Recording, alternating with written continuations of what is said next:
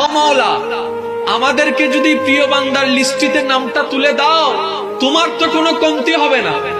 জান্নাতে যদি একটা জায়গা টুকরা এখানে আমাকে দান করে দাও, আমাদের দান করে দাও মাওলা, তোমার ভান্ডারে তো কমতি হবে না।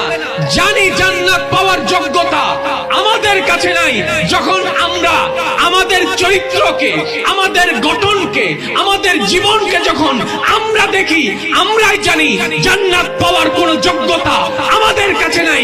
কিন্তু মাওলা, মনে বড় সাহস লাগে, বর্ষা লাগে যখন এটা শুনতে পাই, বুঝতে পাই আমরা তো রহমানের বান্দা, আমরা তো রহিমের বান্দা, আমরা তো গফফারের বান্দা, আমরা তো সত্তারের বান্দা, আমরা তো এমন প্রভুর বান্দা যিনি ইন্নাল্লাহ আলা কুল্লি শাইইন কাদির। আমরা তো এমন রবের বান্দা যিনি কোন বললে ফায়াকুন হয়ে যায়। মাওলা, আমাদের আমলে আমাদের বর্ষা নাই, তোমার দয়ার উপর বর্ষা আছে, তাই তো তোমার দয়ার ভিখারি হয়ে হাসরে যেতে চাই।